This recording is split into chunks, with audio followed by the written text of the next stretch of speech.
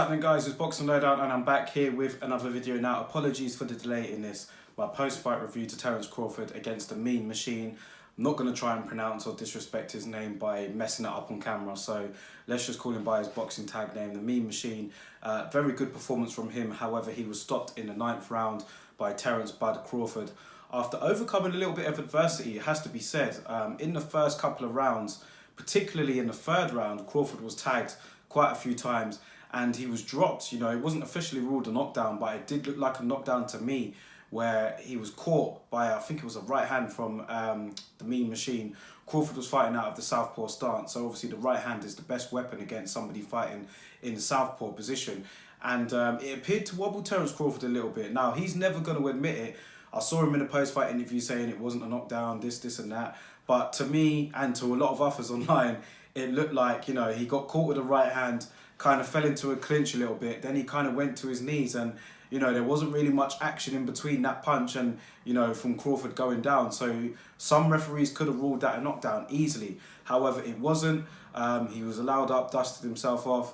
And then, yeah, I mean, it's not like that Mean Machine dominated the early rounds or anything. It was pretty much nip and tuck. But I think because it's Crawford and because of how highly rated he is, the fact that the Mean Machine was able to land on Crawford and make it pretty much, you know, competitive going into the 4th, 5th rounds, that kind of raised a lot of eyebrows. So he was a lot tougher than people thought. I did say in my preview video that the Mean Machine was probably ranked in the lower half of the top 10. I don't believe he had been down before this fight. However, he was knocked down twice by Terence Crawford.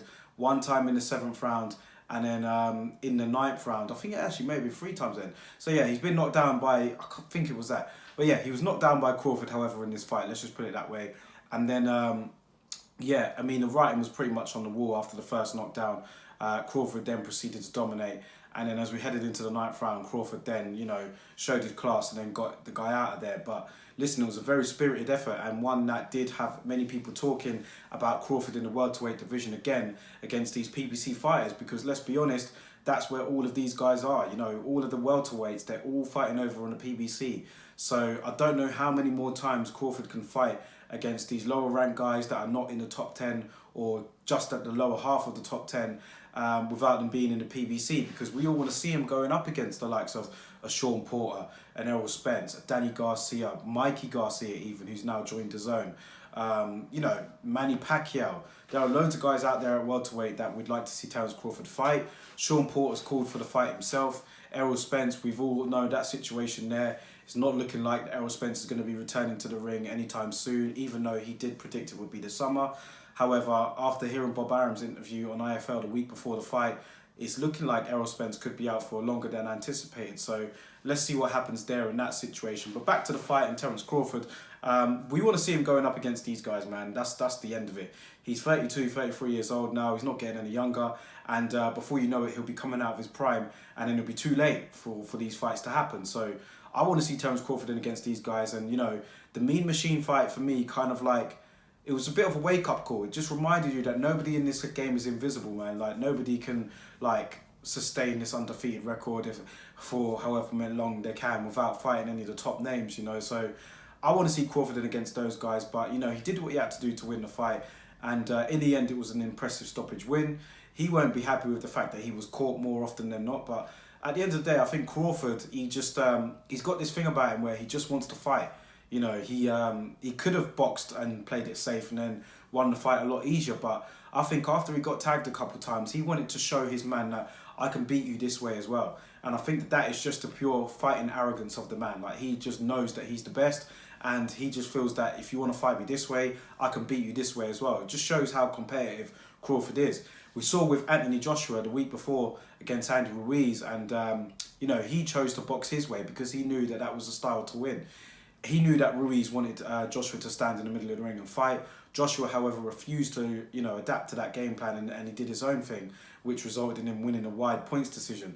Crawford could have done the same sort of thing if he elected to box and move, but he wanted to go out there and prove that he could fight the man.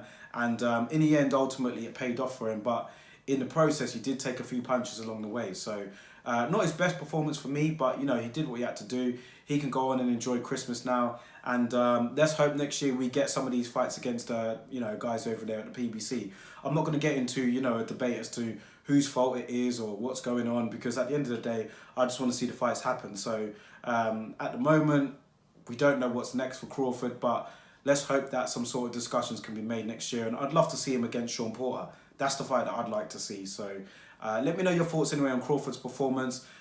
Just speaking on the undercard quickly, you know, there were some good fights on there. Teofimo Lopez, absolutely outstanding performance against Richard Comey, knocking him out in the second round. That was very, you know, I'd say people did pick Lopez to win the fight, but not in that sort of fashion against somebody as good as Richard Comey, knocking him out in the second round like that. That was a beautiful punch. Sets him up for a fight now against Vasyl Lomachenko. And also Mickey Conlan got revenge, didn't he, over Vladimir Nikitin in the Olympic rematch.